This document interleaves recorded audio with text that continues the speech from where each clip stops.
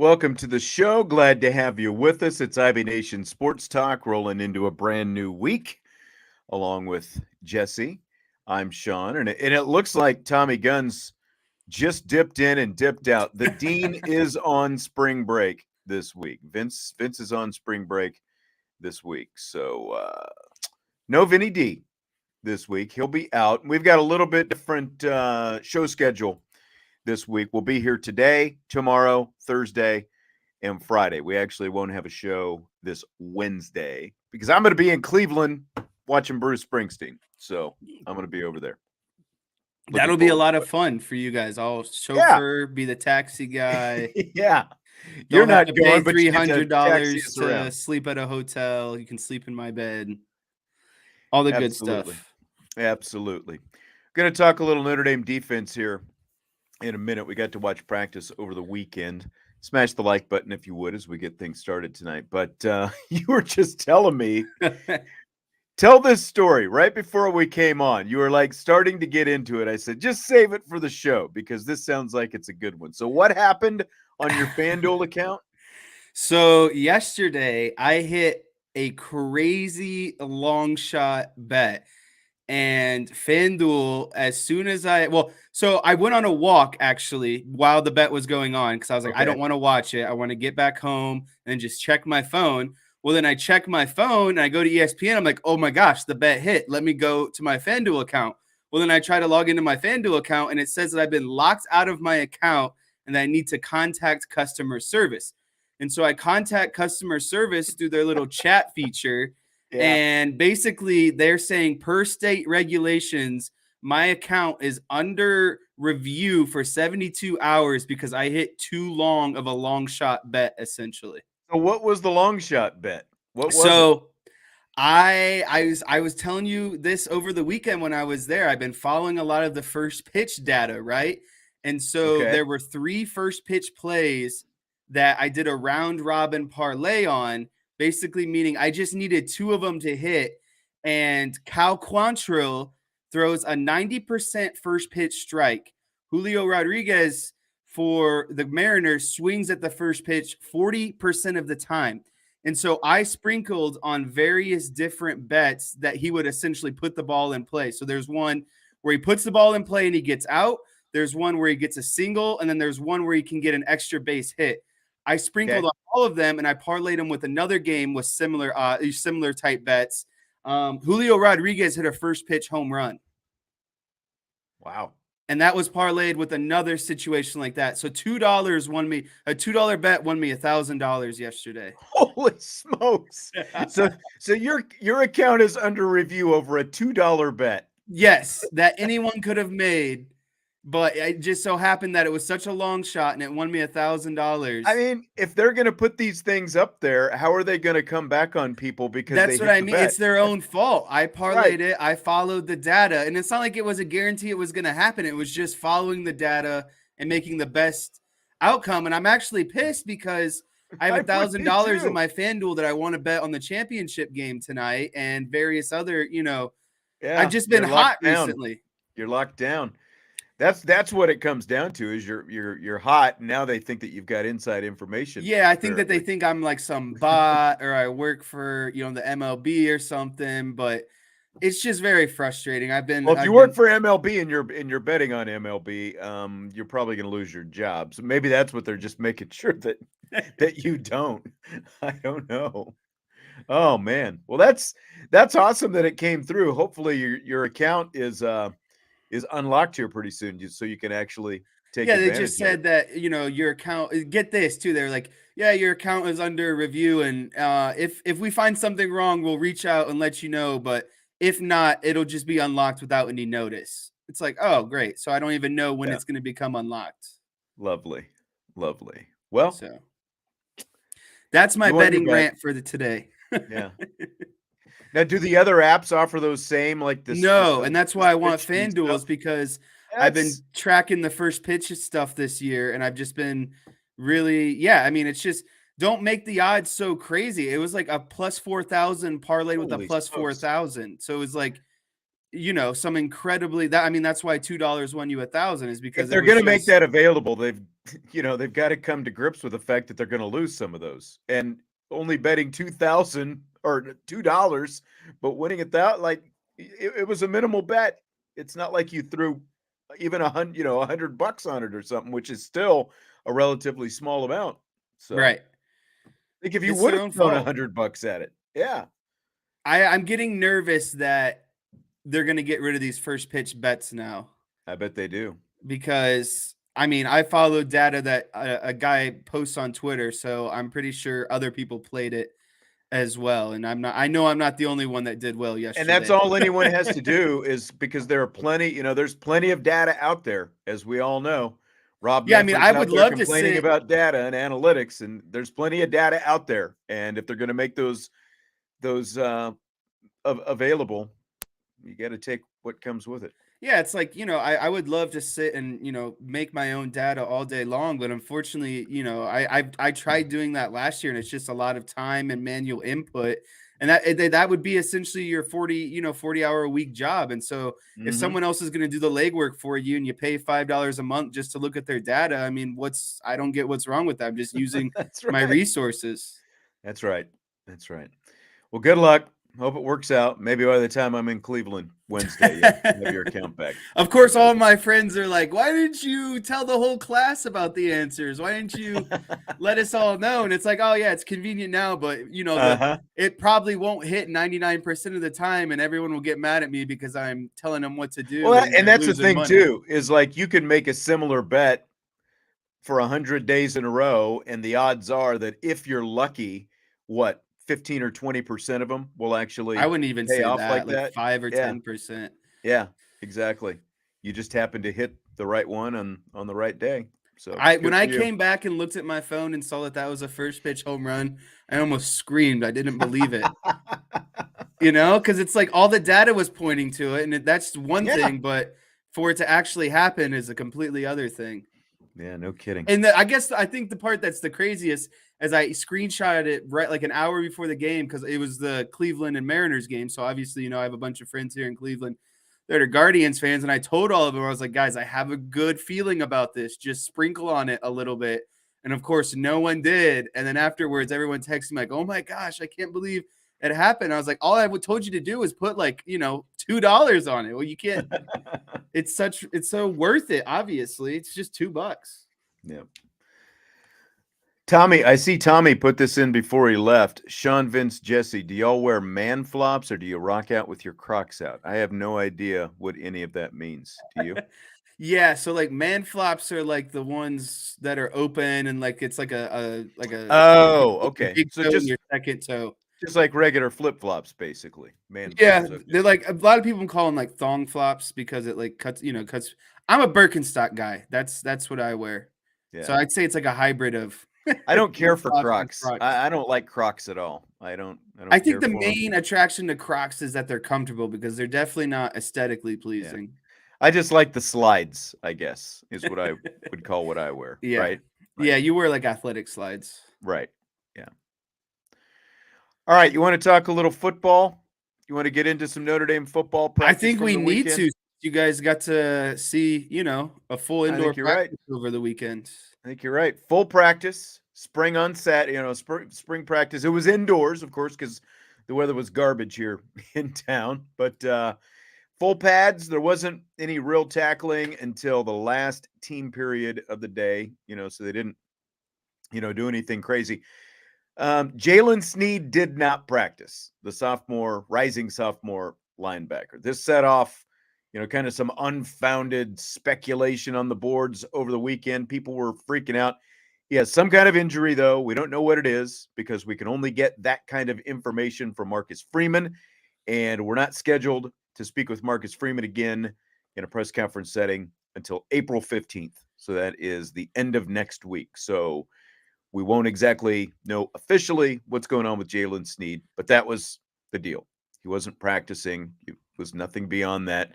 We're mostly going to talk about defense today, but running back Logan Diggs also out Saturday. Jadarian Price, of course, continues to be out, but they basically had two scholarship running backs, Estime and Jabron Payne, out there at I heard practice. Jaron Payne looked pretty good too. He did. He had a nice day.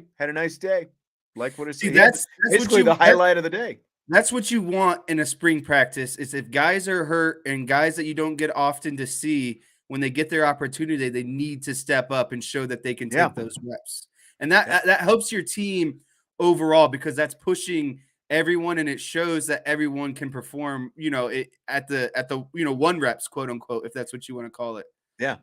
The highlight, the 50, 60, however long yard run it was, came a little bit later. He had a nice shorter run of about 8 yards or so where he, saw some combination stuff, a little, kind of juke, put his foot in the ground, make the cut up field, and then, kind of power through a defender or two for 7 or 8 yards, something like that. So I thought it was a pretty good day for Jaron Payne. You're absolutely right. Got to capitalize on your opportunities when you get the chance.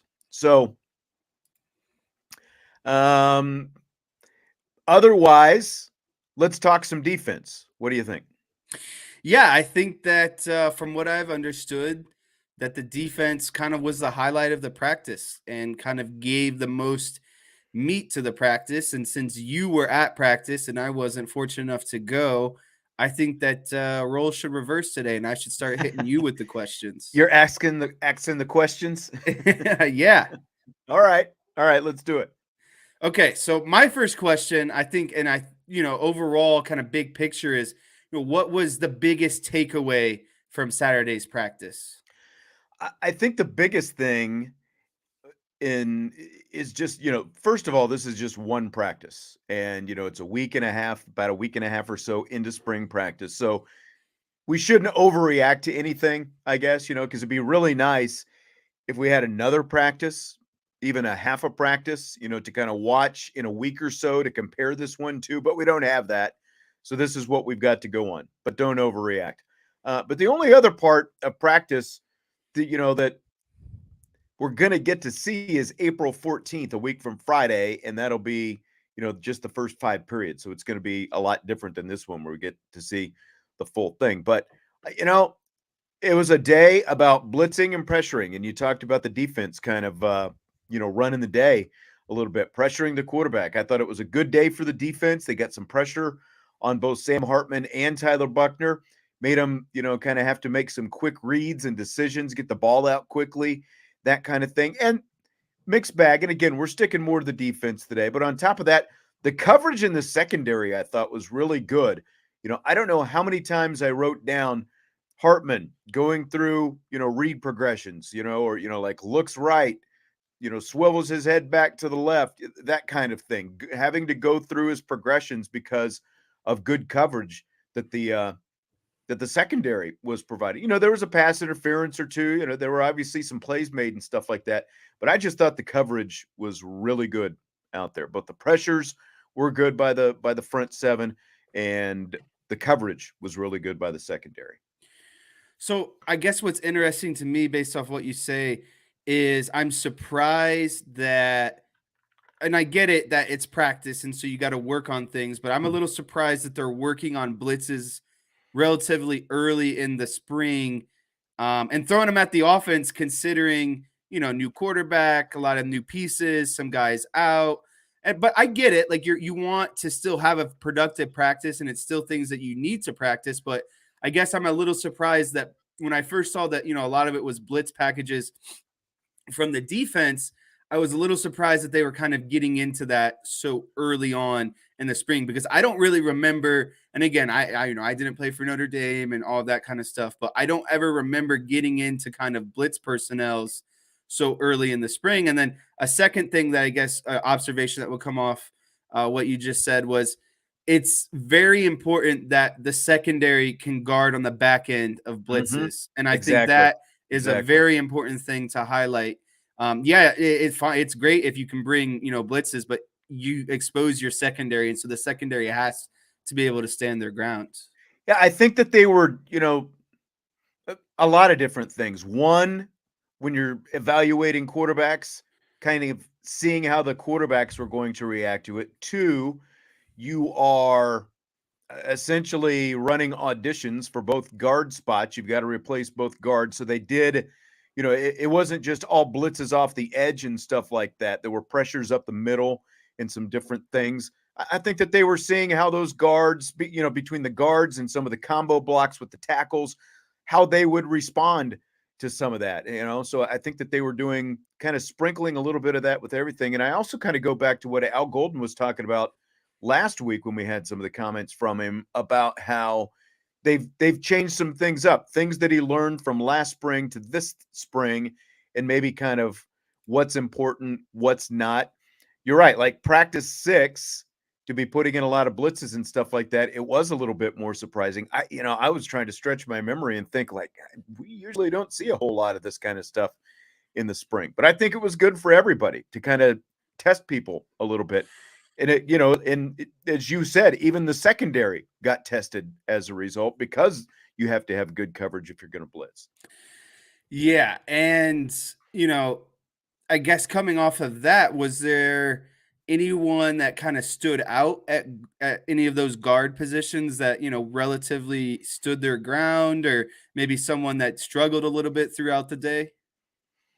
Well, we were going to save more of the offensive talk for tomorrow, but I think overall, Kristofic maybe was a little bit more consistent than Strouth. Like those were the two main guards who were out there. I thought Kristofic was a little bit more consistent, but like we got to see him do not just the team stuff, but also some one-on-one and combo blocks and stuff like that. And again, like when you're doing some of those drills, there's some ups and downs and that kind of thing. But between the two, like if I was going to compare one to the other, I would say Kristofic a little bit more of the edge, I think. I think it shows that if Notre Dame is already kind of working on blitz packages and personnel, that they are comfortable with their overall kind of base defense. Because again, you don't really get into those things if people aren't fully grasping kind of the bigger overall concepts. And I mean, sure, like it's one thing if your freshmen don't, jive or get along, but if you're, sophomores, juniors, and seniors are kind of, stumbling on some of the basic stuff, then you're not really going to move into blitz personnel. So to me, it shows a positive that overall it seems like the defense is maybe being absorbed at a quicker rate, and having Golden last year and it being year 2, and this being, the first coordinator in 3 years to be here for 2 consecutive seasons, that maybe some of that kind of flow and chemistry is building at a quicker pace this season. Sure. I agree. So my next question then leads me to, again, I'm going to say Junior T because I am horrible, and then I'll start thinking about it. So I'm not even going to try. I'm just going to refer to it as Junior T for everyone listening. Tuihalamaka. Tuihalamaka. There you go. So Junior Tuihalamaka seemed to have many roles in practice yesterday. I know they ran Saturday. I know they ran a nickel package, and Notre Dame was lined up in some sort of variation of a 3-3-5 with Junior on the defensive line. And then the base defense, we saw Junior at Viper, and then he even worked in to some second string interior defensive lineman work, if I'm not mistaken. So my question for you, do you buy or sell Junior as being a key part of the defense this season with his versatility that he showed across 3 positions?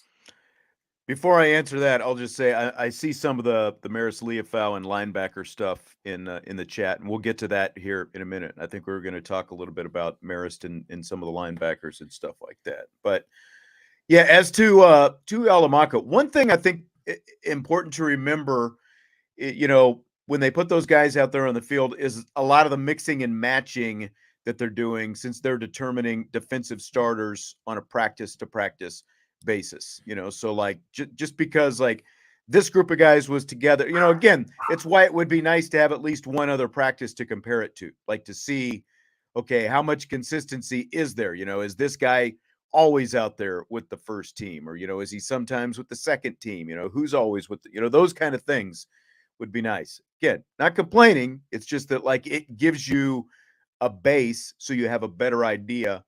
We have a better idea of what's going on. But like Tuihalamaka, they list him at 6'2", 247. that's only about 5 pounds lighter than Justin Adamalola was. So, like, you can see some of that role on the field. That, that's where Justin was. He was the number 2 Viper behind Foskey, and at least theoretically right now, Tuihalamaka would be the number 2 Viper behind Botello, So I think it makes a lot of sense. Like, you can see him filling a lot of these different roles.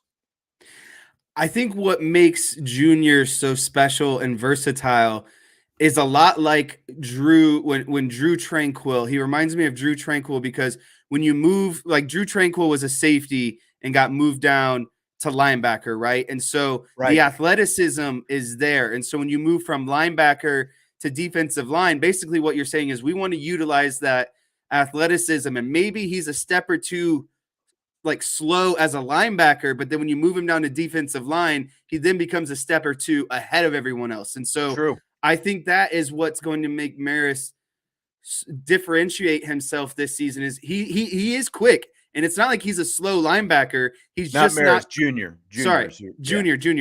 You're thinking they both have the hair coming out of the helmet. But Junior he's not slow by any means. He's just a step behind at linebacker, and I think that is going to make him advantageous on the defensive line, especially at a position like a Viper, because of his athleticism and his experience as a linebacker. Is he can drop out and cover on some bluff schemes, or drop off into the flat and cover some sort of play. And so I think Marist. I am very high, or sorry, not Marist. Why do I keep saying Marist? I am very high on Junior this year for that reason. I think he could do a lot of things in his athleticism, his speed, his strength. I think he can contribute to a lot of things defensively, and it never hurts when you can move him around to various different positions on the field. I agree. I like what we got to see from him Saturday. He's thick enough and strong enough that he can hold up when he, if he slides inside like you were talking about, maybe a little bit interior. And they've done that kind of stuff before. Again, like going back to Justin Adamalola and Isaiah Foskey both being out there on the field at the same time. Like they move those guys around a little bit. So you could easily see that. But again, like he's thick enough where he can go inside, but he's quick enough still to do all that different stuff that you were talking about, whether it's a pass rush or dropping off into coverage, which the Viper is going to do. So I think he could end up being a pretty key, at the very least, depth piece. We know that they want to rotate 8 to 10 guys. So I think that he can be a guy that ends up playing a lot out there next season. His game, and, don't take this too far out of proportion. It's not to the same degree, but his game reminds me a lot of, or at least kind of what we saw from practice and what they're trying to do with them. It reminds me, honestly, a lot of what the Cowboys do with Micah Parsons. They put him kind of all over the field, and depending on the matchup. And again, not to the same degree, because, Micah Parsons is in the NFL and he's a little bit skinnier, a little bit quicker, but just the ability to move around and, be in different spots. And then if you put him on the interior, you can do stunts where you're looping him to get him outside. And so he's actually coming off the edge. So I'm very excited to see what they do with him overall, because I think that he's got the potential to be very impactful in the defense this season. I agree. And he's, he was a little bit of an experiment because they really didn't start moving him up until once Gator Bowl practice began. And I think once they did that, that really kind of opened their eyes and said, this could be something going forward, especially again, when you have all these quicker twitch linebackers coming in, like they've got these young guys, it just makes sense. And then, like like you've seen it before at different levels of football. Like Brian Urlacher was a safety in college, and he ended up being a Hall of Fame middle linebacker. Right. And like Sean Lee is another example. I think he was a safety in high school. He became an outside linebacker at Penn State in college, and then he was a middle linebacker, or more middle linebacker once he got to the NFL. So it's like you move those guys forward, and you kind of gain some speed and quickness positionally when you do that stuff. Yeah, and especially when we're talking about the college game and, talking about keeping up with USC and their offense last year and Clemson and Ohio State, you need those speed guys on the field that are trying to beat you Mm-hmm. and burn you to the edge. And I think just having as many of those type of players will be very advantageous for Notre Dame. For sure. For sure. All right. Next question. So Notre Dame has struggled with depth at the interior line position, and specifically interior run stoppers, guys who are going to clog up the middle. And that's going to be crucial to, I think, this year's defense. Were there any interior defensive linemen that showed the most at practice on Saturday, or someone that really kind of impressed you? Well, definitely the guy I think who had the most eye-opening day was Jason Onye, because he's a guy who's played in just one game in his first 2 seasons. He's going into his junior season now. Didn't come in highly touted. He was a 3-star guy out of Rhode Island, but he did some strongman stuff out there Saturday. Like he's 6'4", 292 pounds. He has good size, and it can't all be Howard Cross. Like the way that Onye played, he looked very strong. He had good burst off the snap. He was able to block the struck with his hands. Like he looked like like he did man stuff out there. He looked strong, and he was able to move guys around. And it was unexpected, but it's very needed when you look at that spot at the nose tackle behind Cross. They need someone like Onye to step up, and he's the most logical one with the size and strength that he showed out there. So that was really good to see.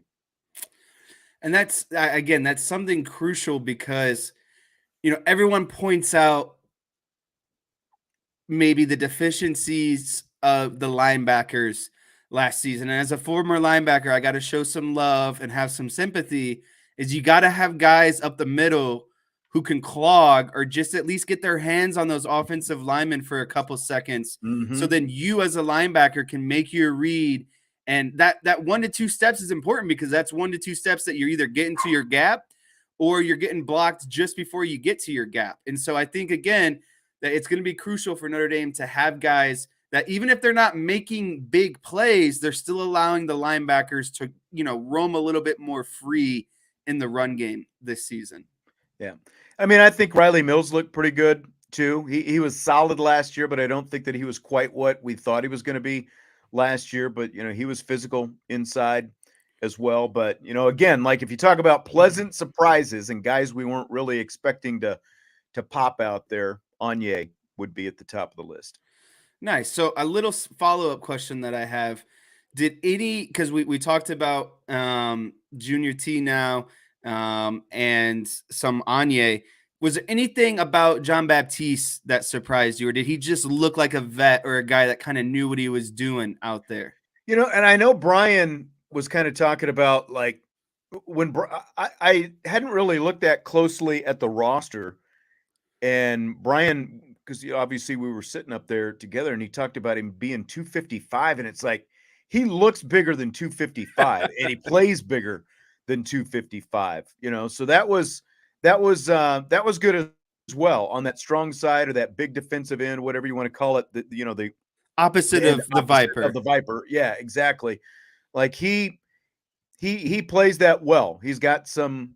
He played with some physicality himself. And that's what you want on the strong side defensive end is you want a guy who's going to set the edge, be physical, not allow that tackle to reach him, and really set the edge, for those run lanes. So it's just good to hear overall that it sounded like the defensive line as a unit had a pretty solid day. And to me, that's the most important position group on the field.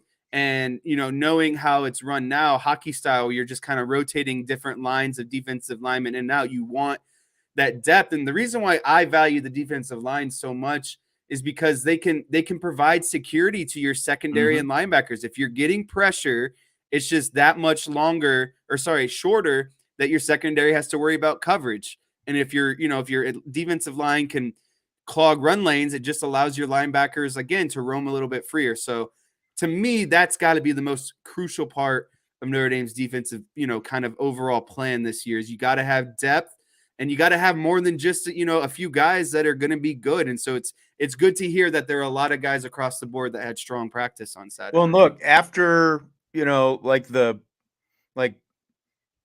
who are the two most under fire coaches on the staff probably from a fan standpoint? The two L's, right? The defensive coordinator and the defensive line coach. Yeah. And Al Washington had something to prove. And now there's still a long way to go, but again, at least initially getting to see something like that and seeing a guy specifically like Anye and Rubio, he had a solid practice. He didn't necessarily come out of nowhere, I think, like Anye, but to see some of these guys who haven't played as much or, very little, if at all, in Anye's case, again, he only got to play in the BC game last year. That's it, his first 2 years. And so to see guys coming on like that, where you can see some actual signs of development, that's a really good sign, because that's what they've got to have on that defensive line. If the defense, the team really is going to be good next year, those guys have to prove it. And it's, again, it's one practice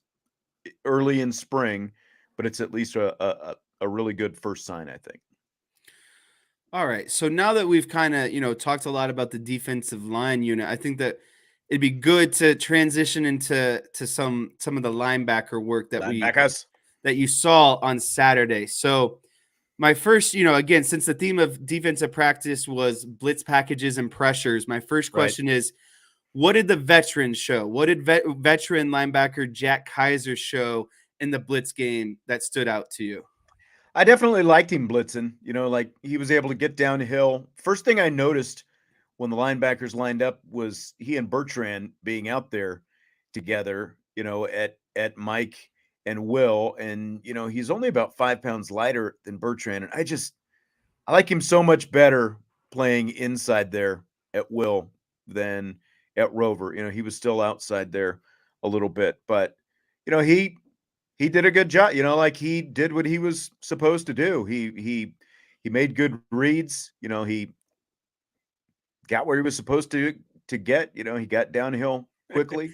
And I think he did a good job. That's an underrated aspect of football that I think a lot of people, you get caught up in the eye candy of the Prince Kalis, the Jalen Sneeds, but there needs to be something for, even if he's a step slower, he's getting to where he needs to be. The timing is there. The rhythm of the defense is there. And so, yeah, I know a lot of people are going to be concerned about, I don't want to see Jack Kaiser and JD Bertrand, clogging up the linebacker rotation again this year. But I'm sorry, if they're doing what they're supposed to and they know the defense, I'm okay with that. I'm comfortable with guys who know the defense and guys who can still get to their spots on the field, because that's what the defense is about, is getting to your spot on the field so it doesn't affect, another person. Essentially, it's a funnel defense. You're funneling the play to someone, and you, as your, in your role, need to get to your spot. And so I just don't have a big issue with seeing a lot of Bertrand and Kaiser compared to a lot of other people, I think. Yes, and we're going to get to a lot of other people here in a second. But real quick, Bill was saying, I'm really hoping Ahrensberger has a good season, would be a huge help. And it's like, is he ever going to come on? That's the thing. He was flashing a little bit when Mike Elston was still here. There was some promise and hearing good things, and then he just completely disappeared last year. And he was there Saturday, but nothing really that stood out about what he did. That would be really huge if Ahrensberger could come on, but we're kind of waiting to see that right now still. But he's been around. He was a really raw project coming in anyway, coming over from Germany, and hadn't played as much football, obviously, as like your traditional Notre Dame type guy. But I hope that he can, but there's still a lot of development there, it seems like, or at least we're still waiting to see some of that development. Yeah, Anthony's right. He was a developmental player. And speaking of Anthony, he where did it go? He was basically, here it is.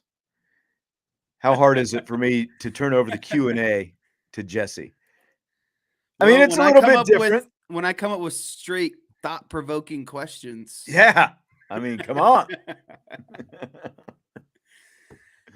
Well, that leads me to my next question. Okay. Now this is going to be probably the one that like blows everything up, right?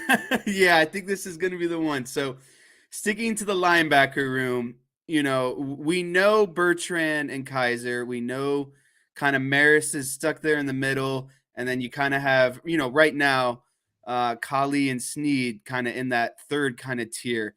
So my question is, it seems, you know, based off what I gathered, kind of read, that Marist didn't have necessarily a great practice, but it didn't seem like he had a horrible one at the same time. Basically kind of his season in a nutshell last year, in my opinion. So my question is, how much longer until Marist is passed up and runs out of kind of his opportunities? Because it seems like he's not doing enough to separate himself.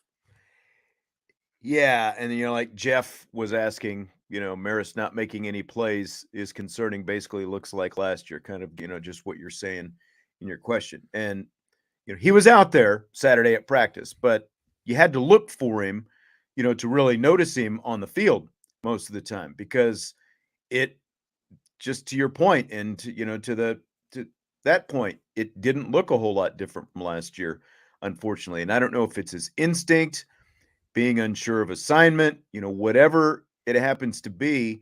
You know, it's like, you know, you were talking about being a funneling defense, and he wasn't completely out of place, but I think, like you alluded to, he was not making plays out there. And like, you look at his tackle total from last year, and he wasn't making enough plays out there for a guy who played as much as he did. It's hard to tell exactly where he stands in comparison to these other guys, because we didn't have Sneed out there Saturday to compare him to, you know, because like, just based on the body of work that we have with Liufau so far, he seems like a guy who could very easily be, you know, a Bo Bauer like on every special teams kind of guy. And that would be great for him. Simple reads and assignments. You get on kickoff coverage, you run fast, you stay in your lane, you go down and you try to make a play at the end of a kickoff, you know, that kind of thing. But again, you can't just disregard him because he's not necessarily making plays when we don't know exactly what those other guys look like, because we don't have we've got a body of work with Marist because he's been playing on Saturdays. We saw what that looked like last year. We saw what that looked like, I guess it's 3 seasons ago now, you know, the one before his injury season. But we don't know what those other guys look like, so we don't have anything to compare it to. Like, would they be that much better than him out there? So I don't know. It's a little bit of an incomplete for me. I don't know how much longer they go, but I'll tell you this: like, I do like Kaiser, like I said, playing better inside than I like him right now. I think that Marist, like you were saying, I think there's just he's got to either figure it out or kind of find a way to mold him into something that can be more useful on the defense, like maybe a junior T route, or maybe like you were talking about a Bo Bauer route, where you bulk up and you're kind of that thumper run stopper kind of guy in the middle of the defense on a lot of running downs. Or, you know, I don't see him as a career special teams guy if things don't improve for him. And honestly, with how things are going right now in the college football landscape, I mean, I wouldn't be surprised if he becomes maybe a transfer portal guy if he doesn't, you know, find his kind of home within this defense. Because again, it just seems like, not that he's necessarily struggling, but he's just not doing anything to make a lot of impactful plays. He's just kind of there essentially at the end of the day. Yeah, that's it. And I get it, you know, like, that is what is probably the most frustrating for, you know, for everybody concerned. Well, because you can see the talent. It's there. Yeah. The athleticism is definitely there. Yeah. And I guess it was, you know, when he ended up breaking the ankle and being injured for the entire season, Marcus Freeman's season as defensive coordinator, he was the guy who was standing out at fall training camp. Like Marist Liufau looked like he had arrived and he was going to have this huge season. So I don't know how much that plays into. I don't know. He definitely does not look like that guy. That's not the guy that we've seen for the last season now. And maybe that's a part of it. A big injury like that, it just, whether you subconsciously know it or not, it can hinder you from just playing at your fastest possible, carefree kind of way. And it seems like that is something that Marist was good at in the beginning, is just trusting his natural instincts, playing the game of football and allowing his body just to read and react. And it seems like now he's react, read, react. It's just, there's too much going on, I think, upstairs, considering everything that we've seen. Bill says that he should do the opposite, like the Seinfeld episode. Just give that a try. Whatever the I know you love that. That's a big Seinfeld shout out. That's right. That's right. Hey, Michael, echoing what we said earlier, practice 6, can't over exaggerate a practice. You're right. But, again, it's one practice. And so we don't, there's a lot that we don't have. Well, it's just one practice, specifically with Marist, that correlates with 12 data points last year. Yeah, exactly. It falls in line of the trend. Yep. And that's just unfortunate. Like, no one wants that. It's just right. Unfortunate. Okay. Sticking to linebackers again, my last linebacker question for you. What impressed you the most when looking at the linebacker trio of Bowen, Ausberry, and Zinter? I would say Drake Bowen. He's the one of the three who stood out the most. He's got the most quick twitch, athleticism, change of direction, recovery speed, all that kind of stuff. Like you were talking about Micah Parsons earlier. He reminds me of a more raw version of Micah Parsons, just like with the explosiveness, like the makeup speed and stuff like that. Like there was one time where, I can't remember if the running back got by him and he had to kind of put on the brakes and he ended up, running him down, that kind of thing. So, there's that, but the thing with him is it's still very raw. He's just a freshman, early enrollee.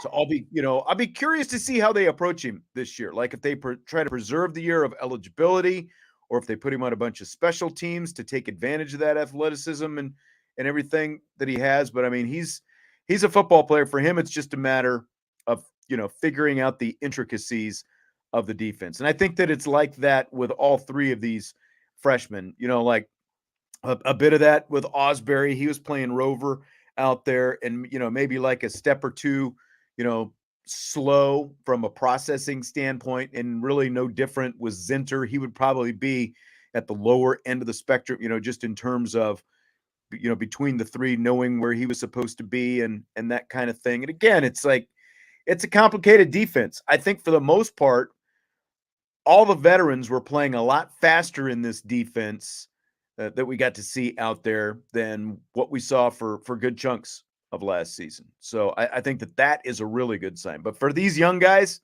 it's going to take a little while still.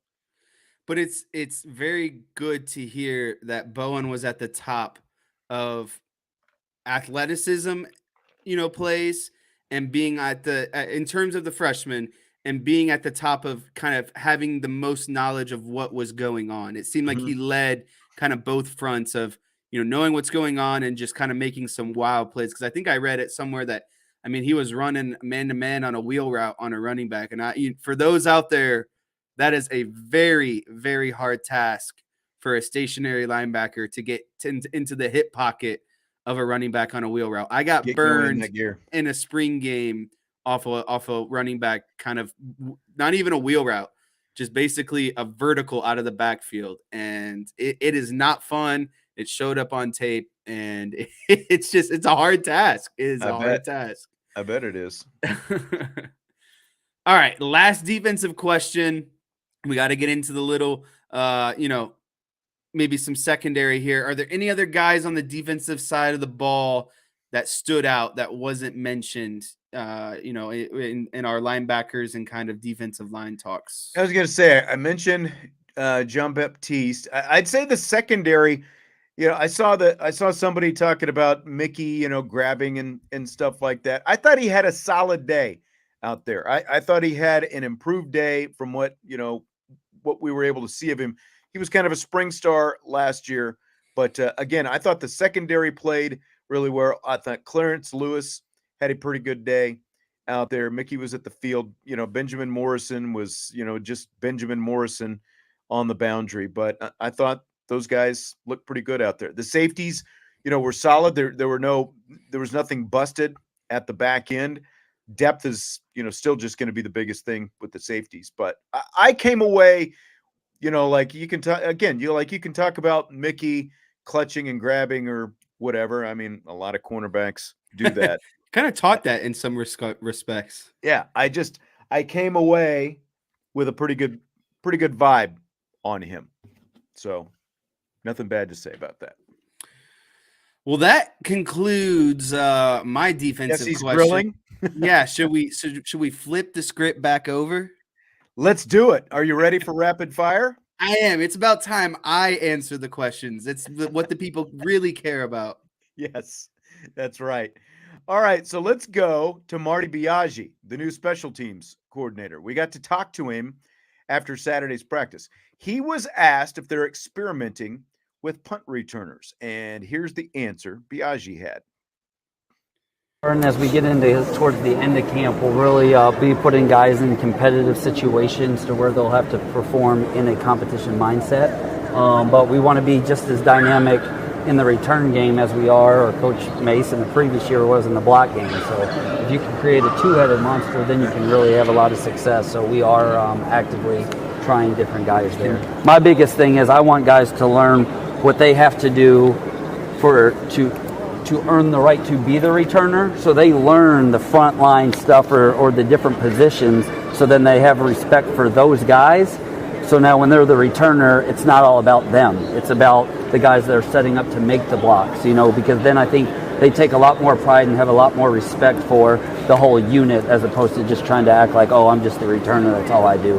So I put everybody early on through the reps that they would be on in the front line of a kickoff return or a punt return. So there you go. Marty Biagi says they want to be just as dynamic in the punt return game as the punt block game was last year. So what do you think about that? Like, what do you think that kind of looks like? To me, that looks like just everyone, when you think of punt return, it's like, oh, you got to return punts for touchdowns in order to be successful. And that's not what it's about. It's about maintaining field position first and foremost. It's about, not letting a guy coffin you down in the 5-yard line and maybe, taking a fair catch or catching one and just getting a yard or two. So to me, it's like, of course you want some good returns, right? Everyone wants some good returns to set up some favorable field position. But to me, what looks like a successful punt return unit, again, is a group that doesn't allow a team to flip field position. You want to be able to take away as many yards as possible, whatever that looks like, a punt return or really what the situation calls for, because not every punt is returnable at the end of the day. And so you got to find ways in order to limit that flip of field position as much as possible. And another thing that really stood out to me that I really liked from that Biagi snippet is putting those guys on the front line, because a lot of returners, I'm not going to lie, are kind of prima donnas and they're like, oh, I just want to be, the return guy that hits the home run, the fast guy on the field. And so make them feel some of that heat up front. Yeah. And I like that he's putting them up there so they know what it takes in order to set them up, right? Like it's got to be, guys got to hit their blocks. Guys got to stay, in their assignments, on their lanes, get to their landmarks. And so when these guys have a better understanding of what's going on in the front, or appreciation of, I'm not just the guy that's back here to look good with my, armbands and fast speed and blazing the turf. They have a better appreciation of what it takes to actually hit. Yeah, I mean, they averaged 10.1 on punt returns, 10.1 yards per return last year, which was up from about 8.5 the year before. They ranked 27th in the nation, actually, last year on punt returns. And what's interesting is the 8.6 was the average in 2021, Kyron Williams had a 47-yard punt return that year. The longest last year was 28. They were still a yard and a half better on average. It's because they actually made attempts to return punts. It wasn't, where did it go? It wasn't fair catch you, as Anthony says, like they weren't just fair catching back there. They were out there with the mentality that if the situation, as you were talking about, they were going to return it. But they were pretty consistently in that 8.5 yards per return range during the Polian era. So that bumped up about a yard and a half last year, which you don't think of as a lot, but that's, again, it ranked 27th in the nation. Like 19.9 led the nation last year. 15 yards per return gets you in the top 10. I think there's no reason that they can't be around 12 or 13 per return if they're going in and their coordinator has that mentality that they want to be just as dynamic as returners as they are blocking punts. And I mean, like, if you can do that, like, what are you going to protect if you're the punt team? Right. What are you doing if you're the punt team, if you know they've got someone who can take it back and they can also stuff you with a block up front? Yeah, and I've said this before.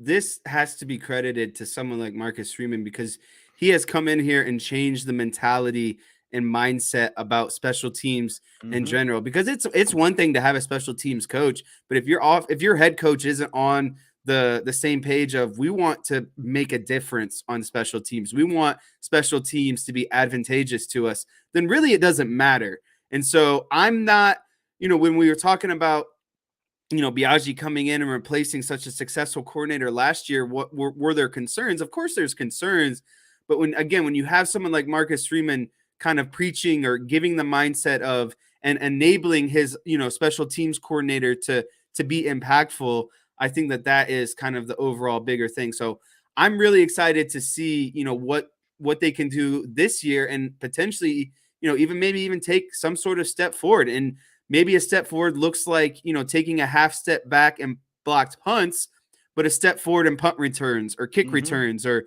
just the overall kind of composite of special teams as a unit. I don't think we need to get caught up on punt blocks again because that's an anomaly. You're not going to get those many blocks every season. So I'm interested to see like a composite of, what they look like overall this year. But if you can get, 4-5 blocks and you're out there returning, punts, kicks, whatever, you bump it up. And you were talking about like all that data that Brian Mason was talking about, like average starting position and opponent average starting position, all that stuff. They were much better last year than they had been at any time since they started keeping that data, something like 15 years ago or something like that. They were the best that they had been. But I absolutely agree with what you're saying. It trickles from the top down, from the head coach and the importance that he places on it. So I know that, like, we were talking about Marty Biagi and, like, oh, well, why didn't he do more here? And, why doesn't he had more block? It's some of these different places since North Texas and that kind of stuff. Well, he was talking about it, and we'll play some more of his stuff tomorrow. But, his coach at North Texas, it sounds like Marcus Freeman, placed a priority on special teams. And so they had some really good special teams when he was there. And so Marcus Freeman has shown, yeah, we're going to play starters on special teams. So I don't think that there's any reason to believe that we're going to see a huge dip from what we got used to seeing last year.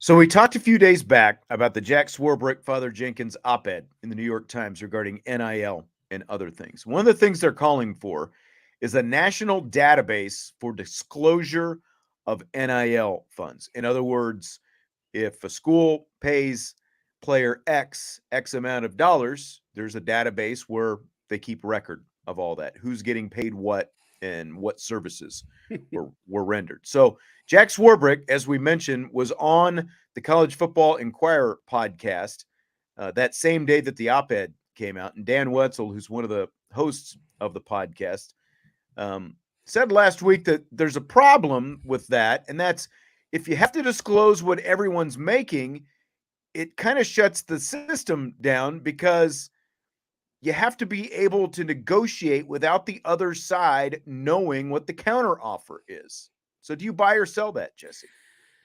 I completely buy that. It's like playing a game of Texas Hold'em. There's, guys and ladies bluffing, and the whole point of winning big or hitting that jackpot, and in this situation, the recruit themselves that are signing the NIL, is that you got to be able to, see through the bluffs and see exactly, who's bluffing who, and who's going to counter what. So yeah, I agree that I don't think that it would essentially kind of almost eliminate the need for NIL if you start keeping track of, what everyone makes, in my opinion. I think I agree with it for the most part.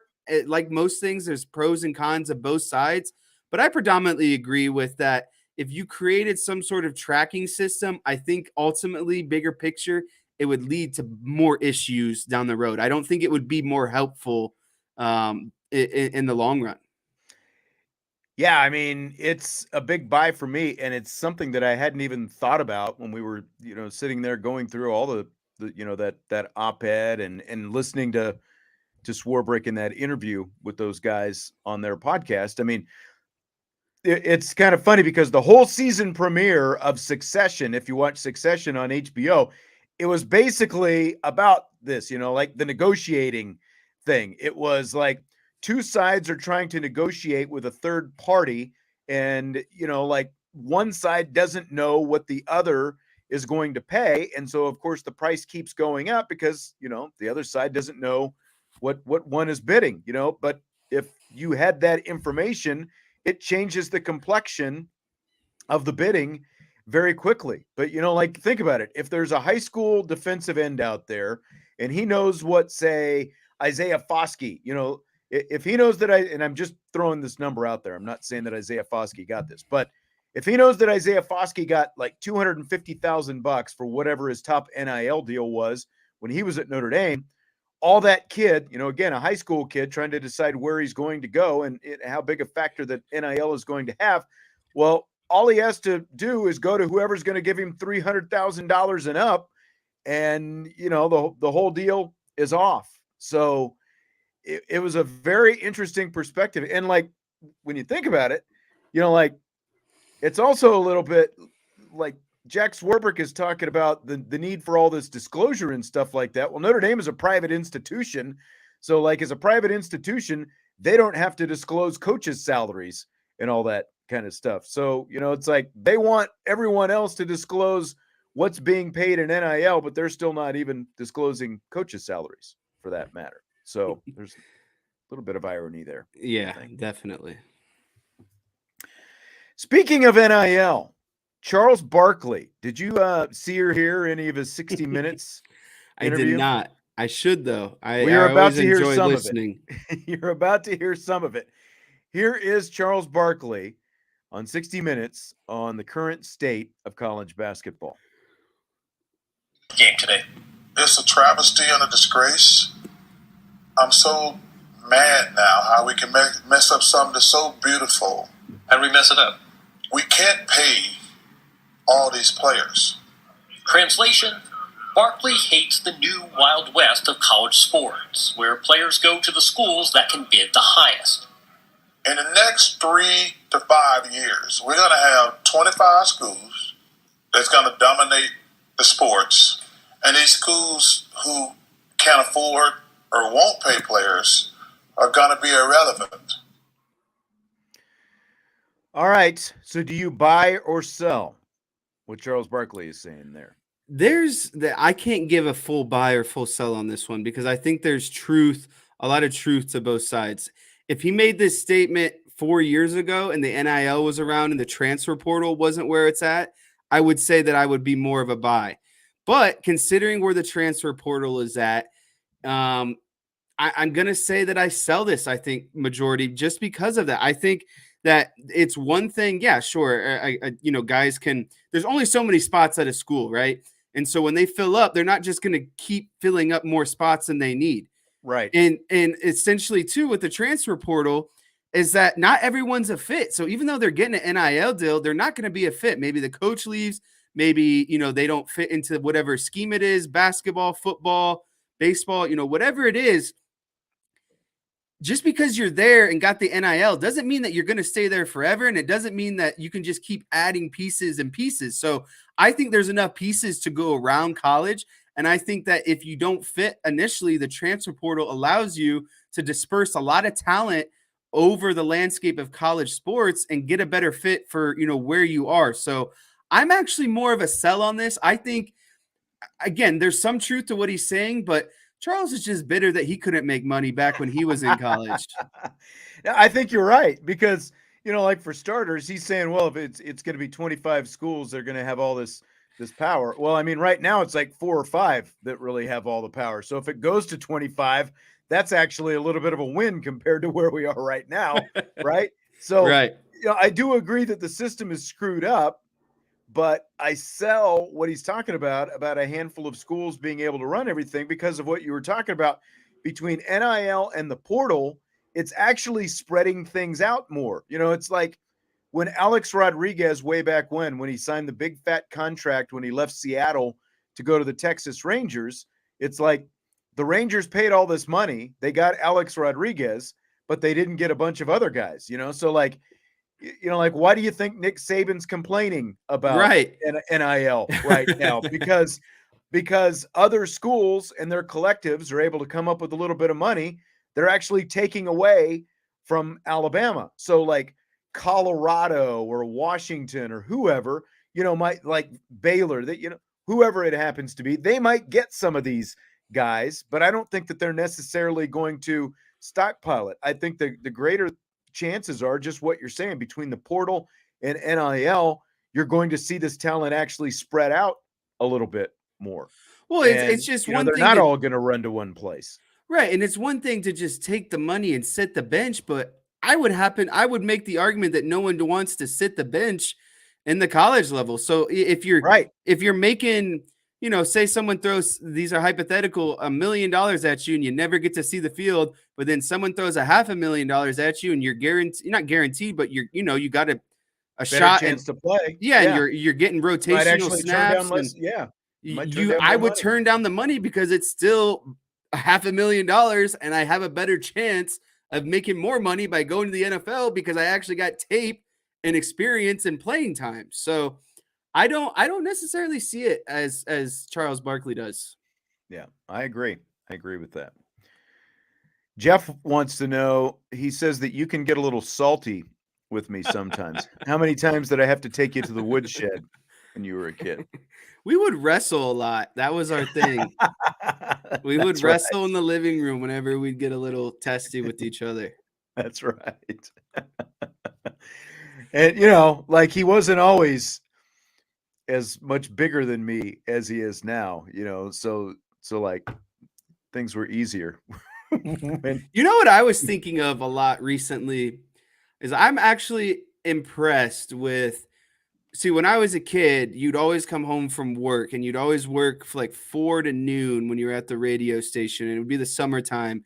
And every 4 day, a.m. to noon. Yeah. Every day you'd come home and you'd be like, all right, let's go run. And every day I'd be like, no, please. But it was always what was best for me in hindsight. But what I'm getting to is I was thinking of all the different like sprints and like pulls and stuff we would do. And like, you never really got like hurt and you kept up for a while. And I mean, eventually I passed you naturally, but like, it's not like you were just like dying out there. Like there was a lot to show. And I was just thinking, I was like, if I ran like that now, I would probably blow out a hamstring. And I'm like 8 years younger than what that was. That's true. That's very true. So 8, just 10, 15. Yeah, that's right. You're saying this old man hung for a while. You did. Those muscles held up. That's right. Can they keep holding? That's the question. All right. On a scale of 1 to 10, your interest level in tonight's UConn-San Diego State National Championship game. I'll put this at an 8 out of 10, strictly because it is the national championship. It is a Monday night. I got nothing else on TV to watch. Girlfriend's out of town in Houston for a week. I have nothing better to do than, I got to fold some clothes, make a little dinner, and then I'm propped up for the rest of the night watching the national championship. So, I'm interested, and it's, again, strictly because of it is a national championship. Do San Diego State and Connecticut scream, wow, must-see matchup? No, but again, it's for the national championship. They've made it this far, so I'm going to give them their respect and watch the game. And I'll be rooting for San Diego State because I don't think they've ever won it before. And Connecticut has. And so I'm going to root for the underdog and hope that they can pull off the upset. And disclaimer, take them to cover 7.5. I think that's too big for a national championship. Man, I liked Miami at plus 5.5 the other night. How'd that work out?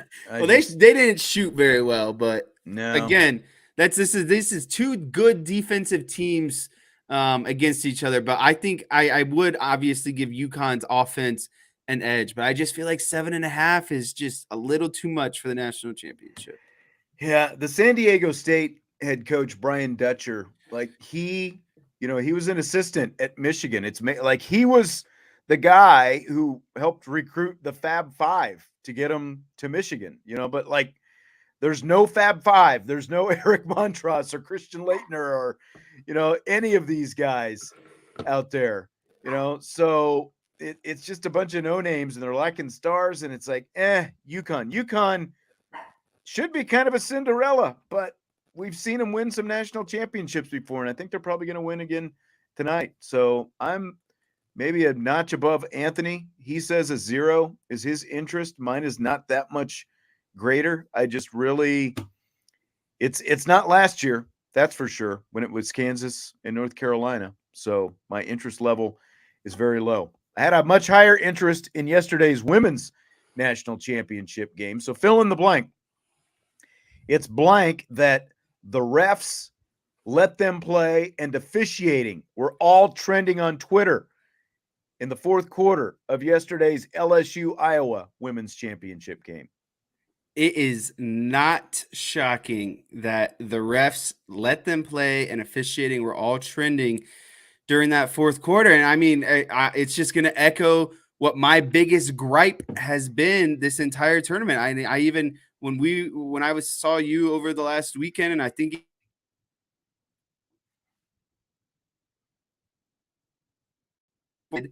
by a lot of kind of, level. We're talking about the national championship on the women's side. And even before that, there's just too many, just what seems to be just judgment calls on these fouls. And they're allowing it to impact the most important game of the season. And if that's the way the game's going to be officiated on the college level, then expand to 6 fouls. I don't there's being in foul trouble. I understand they're not as skilled and they're not professionals for a reason, but that's a reason why they should get a 6 foul. Shouldn't the overall landscape of the game. Caitlin Clark should never have picked up all those fouls, and that allowed her to, see her minutes restricted. She should never picked up a technical. It's just, it was too much. And again, I'm not saying that, had these fouls not happened, LSU would have won, or the game would have just been a lot closer and came down to it compared to the opposite of just seeing too many fouls. It was a great first half. And even though it's amazing that LSU ended up leading by double figures, they end up going up by 21 points. And then here comes Iowa, makes a run at them in the third quarter. It was a great game for roughly 3 quarters, but 37 fouls. People tuned in. Most people were tuning in to see Caitlin Clark, like this player from Iowa, the star of the tournament. The Final Four, the semifinals, set an all-time record for viewership on ESPN. They put this game on ABC, which I haven't seen the numbers yet what the ratings ended up being, but it had to be through the roof. And you ended up tuning in to see the officiating show. That technical foul was garbage. Especially it was like a high school technical foul is what it was. They just got their feelings hurt. That's all it is. Yeah. And when Kim Mulkey's out there on the court running into officials and there's no technical foul called there, but you're calling like, Caitlin Clark for just tossing the ball behind her back. It was the official show. Nobody tunes in to see that, but they made it about themselves. It was horrible. It was one of the most horribly officiated games that I think anyone has seen in a long time. And that's saying something, because the level of officiating, is down across the nation right now. Fill in the blank. South Carolina's bid for an undefeated season and repeat national championship ending in the national semifinals to Iowa is blank.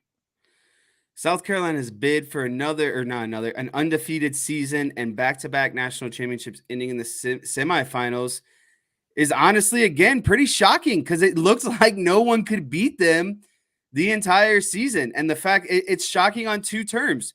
One, that they had an undefeated season and that it came to a close in the semifinals and they couldn't quite get it done. And then it's shocking on the same respects that they almost went back-to-back, national champion repeats. So I just think that ultimately South Carolina got caught up in a great game plan by Iowa. Iowa dared them to do exactly what they did the entire game. They didn't want to shoot on the perimeter, and they kept just force-feeding the ball down low to their bigs. Yeah. They thought that their bigs were enough to overcome, their deficiency shooting, and it ended up catching up to them. I was watching that entire game. They got out-rebounded. They out-rebounded LSU by like 20-some rebounds. They had more offensive rebounds than Iowa did team rebounds. They put up like 20 more shots than Iowa did because of all those offensive rebounds, yet they still couldn't pull it out. So I was just overall shocked that they just didn't adapt to Iowa's game plan. I was shocked that it came to an end, and it would have been shocking if they won back-to-back national championships. That's hard, especially if you have an undefeated season as your repeat. Yeah, I was pretty impressed with how Iowa's bigs played, just like the quickness that they had in that game. But bigger than that, like them losing in the semifinals, they were undefeated. It's kind of like Golden State when they set the regular season record with 73 wins. And then they lose in the finals, or right. Like the Patriots going 16-0 in the regular season and then losing in the Super Bowl. It was a great season, but it's also an incomplete, sort of empty feeling at the end because you couldn't pull the whole thing off. Fortunately for them, they were national champs last year, just like Golden State. They won a title before, they won a title after, but they set that record and they didn't win a national championship that year. It's kind of what it is for South Carolina. It's just that empty incompleteness that they've got after as great as, like, they were wall to wall number one in the nation all season long, right up until Friday night. And you're right, Iowa had a better game plan than them. They took it to them and they executed it and came out on top. But in the end, Iowa also couldn't finish it off, I guess. We are not Marshall caught up. I did break FanDuel. They are not happy with me right now. Yeah. I hit a lick on them, and now they're all butthurt about it. Yeah, they might shut down the whole app because Jesse hit a $2 bet that turned into $1,000 because of the odds. Just playing the data. Also, shout out to my man Cody Bellinger. Saw he just hit a 3-run home run. It's about time he woke up for the Cubs. Very excited about that. All right. Who are they playing today? Cincinnati. Playing the Reds. All right. In Cincinnati. Ooh, it's actually not a horrible day in Ohio. It's like 60 degrees and a little cloudy. No kidding. You guys had 60 degrees where you are? Yeah. Wow. It's going to be in the 70s on Wednesday when you get here. Nice. Looking forward to that. All right. Well, that's going to do it for tonight. Appreciate you joining us here this evening. Hit that like button if you would on your way out, and we will talk to you tomorrow. We've got more Notre Dame football talk, of course, on tomorrow's show and later this week as well. We'll talk to you then on IB Nation Sports Talk.